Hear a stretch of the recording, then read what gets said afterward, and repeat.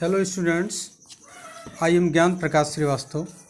Today we shall read poem number 7 from The Passing of Arthur. First of all,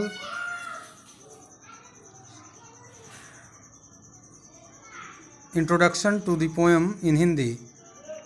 कविता का परिचय हिंदी में। यह कविता Tennyson की लंबी कविता मॉर्टेड डी आर्थर से ली गई है। किंग आर्थर ने नाइटहुड ऑफ राउंड टेबल की प्रथा को प्रारंभ किया था। योद्धाओं का कार्य कमजोरों की सहायता करना तथा उन्हें दुष्टों के चंगुल से बचाना था। सर बिलीवर राजा का वफादार योद्धा है, अर्थात सेनापति है। घायल राजा अपनी तीनों रानियों के साथ एक नाव में बैठकर एविलियन द्वीप जा रहा है। वह बिलीवर को नाइटहुड की प्रथा को समाप्त होने पर दुखी न होने की सलाह देता है। संसार में परिवर्तन आवश्यक है। संसार में कोई भी नियम लंबे समय तक जारी नहीं रह सकता। इस कविता में राजा अपनी छोटी नाव में बैठकर एविलियन द्वीप जा रहा है। उसी समय वह निराश बिलीवर को कुछ सलाह देता है और यही सलाह कविता का रूप है। Let us read the poem. And slowly answered Arthur from the barge, the old order changed, yielding place to new, and God fulfills himself in many ways.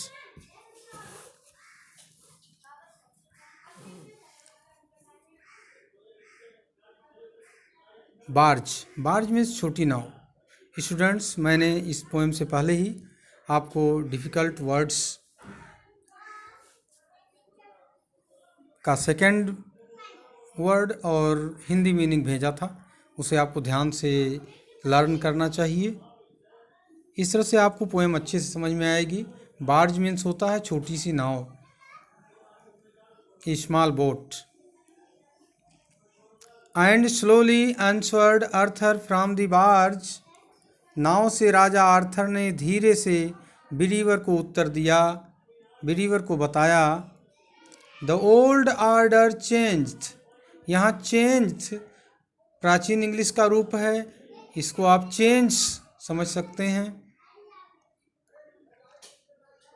Raja believer से कहता है पुरानी प्रणाली बदलती है, पुराने नियम कानून बदलते हैं। यील्डिंग प्लेस टू न्यू, तथा उसके स्थान पर नई प्रणाली नया नियम कानून आता है। And God fulfils himself in many ways, ईश्वर अपनी इच्छाओं को अनेक विधियों से पूरा करता है, क्योंकि कहीं ऐसा ना हो कि एक अच्छी प्रथा संसार को नष्ट कर दे। Lest one good custom should corrupt the world, lest means कहीं ऐसा ना हो कि वन गुड कस्टम एक अच्छा परिपाटी, एक अच्छा परंपरा, एक अच्छा रीति रिवाज, शुड करप्ट द वर्ल्ड संसार को नष्ट कर दे। कहीं ऐसा ना हो कि एक अच्छी प्रणाली, एक अच्छा रीति रिवाज संसार को नष्ट कर दे, खराब कर दे। इस लाइन में विरोधाभास झलक रहा है कि जब अच्छी प्रथा है तो संसार को बर्बाद कैसे करेगी? हाँ, बर्बाद कर सकती है। कोई भी नियम कानून किसी युग में काफ़ी उपयोगी होता है और दूसरे युग में वह अप्रासंगिक भी हो सकता है, महत्वहीन भी हो सकता है। तो अल्फ्रेड लॉर्ड टेनिसन अपने इस पोएम में राजा आर्थर से बिलीवर को कहलवाते हैं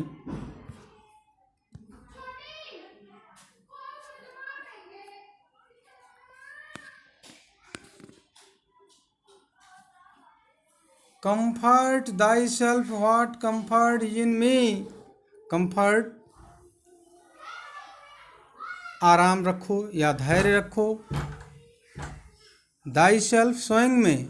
राजा आर्थर ने बिलीवर से आगे कहा कंफर्ट दाई सेल्फ, तुम अपने अंदर धैर्य रखो, तुम अपने अंदर आराम रखो। What comfort is in me, जिस प्रकार का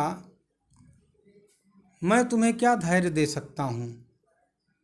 What comfort is in me, मेरे अंदर क्या धैर्य है जिसे मैं तुम्हें दे सकता हूँ। I have lived my life, मैंने अपना जीवन जी लिया है, मैंने अपना जीवन व्यतीत कर लिया है। हे बिलीवर, तुम पुराने प्रणाली के समाप्त होने पर अर्थात परिवर्तित होने पर बहुत चिंता मत करो, बहुत निराश मत हो। मैंने अपना जीवन जी लिया है। And that which I have done, और जो कुछ काम मैंने किया है, may he within himself make pure, ईश्वर से प्रार्थना करता है राजा आर्थर। ही का तात्पर्य यहाँ गॉड से है। आप इस स्टैंजा में देख सकते हैं, ही को कैपिटल लेटर से लिखा गया है, अर्थात यह ही ईश्वर के लिए उपयोग हुआ है। मे गॉड और may he within himself make pure, जो कुछ मैंने किया है ईश्वर उसे स्वीकार करेगा तथा त्रुटि के लिए क्षमा करेगा। But thou if thou shouldst never see my face again, लेकिन यदि, दाऊ मीन्स यू, लेकिन यदि तुम मेरा चेहरा फिर ना देख सको, दोबारा ना देख सको, अर्थात तुम्हारी मुलाकात हमसे भविष्य में फिर ना हो, अर्थात यदि मेरी मृत्यु हो जाए, मेरी मौत हो जाए, प्रे फॉर माई सोल, तुम मेरी आत्मा की शांति के लिए भगवान से प्रार्थना करना। प्रे फॉर माई सोल, हे बिलीवर, मेरी आत्मा के लिए तुम ईश्वर से शांति की प्रार्थना करना। नेक्स्ट स्टैंजा में अल्फ्रेड लॉर्ड टेनिसन राजा आर्थर के मुख से कहलवा रहे हैं, more things are wrought by prayers, wrought means किया जाना, पूरा करना। राजा आर्थर योद्धा बिलीवर से कहते हैं, बहुत सारी चीज़ें प्रार्थना से पूरी की जा सकती हैं।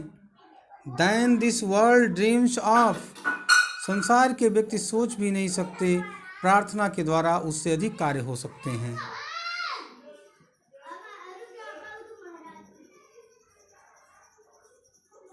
Wherefore let thy voice rise like a fountain for me night and day, जिस प्रकार किसी फव्वारे से पानी के छींटे निकलकर उत्तरोत्तर ऊपर जाते हैं, उसी प्रकार तुम्हें अपनी आवाज़ द्वारा दिन रात मेरे लिए प्रार्थना करते रहना चाहिए। यहाँ राजा आर्थर सेनापति बिलीवर से अपने लिए प्रार्थना करने को कहता है। Next stanza, that nourish, for what are men better than sheep or goats that nourish a blind life within the brain। Raja Arthur ने प्रार्थना की महान शक्ति के बारे में बताते हुए सेनापति बिलीवर से कहते हैं, for what are men better than sheep or goats that nourish, nourish means पालन पोषण करना, a blind life within the brain, वे मनुष्य भेड़ या बकरियों से बढ़कर नहीं हैं जो मस्तिष्क प्राप्त कर आध्यात्मिक दृष्टि से अंधा अर्थात ज्ञान रहित जीवन बिताते हैं। अर्थात उन लोगों का जीवन भेड़ बकरियों से ज़्यादा अच्छा नहीं है, बेहतर नहीं है, जो अपने मस्तिष्क को शिक्षित नहीं करते, ज्ञानवान नहीं बनाते। अर्थात कवि कहता है कि यदि आपको मनुष्य का जन्म मिला है तो आपको अवश्य ही ईश्वर की प्रार्थना करनी चाहिए, यह ज्ञान प्राप्त करना चाहिए कि ईश्वर ही सब कुछ है। If knowing God they lift not hands of prayer, if यदि नोविंग जानते हुए गॉड ईश्वर को, they lift not hands of prayer, उनके हाथ प्रार्थना के लिए नहीं उठते हैं, तो both for themselves and those who call them friends,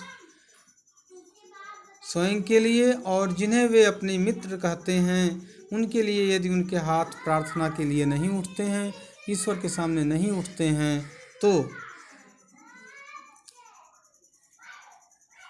ईश्वर को जानकर भी वे स्वयं के लिए तथा उनके लिए जिन्हें मित्र कहते हैं हाथ उठाकर प्रार्थना नहीं करते हैं।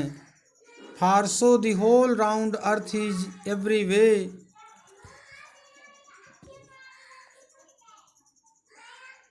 For so the whole round earth is every way bound by gold chains about the feet of God। Raja Arthur believer से कहता है कि यह पूरी पृथ्वी प्रार्थना की एक कड़ी से जो सोने की जंजीर की सहायता से इस विश्व को ईश्वर के चरणों में बांधे रखती है। अर्थात पूरी धरती प्रार्थना के कड़ी से ईश्वर के चरणों से बंधी हुई है। इसलिए हमें अवश्य ही ईश्वर की प्रार्थना करनी चाहिए। किसी भी हाल में हमें अपने लिए और उन लोगों के लिए जिन्हें हम अपना मित्र कहते हैं उनके लिए हमें अवश्य ही प्रार्थना करनी चाहिए। ऐसा सलाह बिलीवर को देते देते किंग आर्थर उस अज्ञात द्वीप की ओर प्रस्थान कर जाता है। But now farewell. लेकिन अब मैं विदा लेता हूँ। राजा आर्थर चला जाता है। इस कविता में कवि ने प्रार्थना की शक्ति का वर्णन किया है। हमें ईश्वर में अवश्य ही विश्वास रखना चाहिए। बहुत सारी चीज़ें प्रार्थनाओं से संभव हो सकती हैं।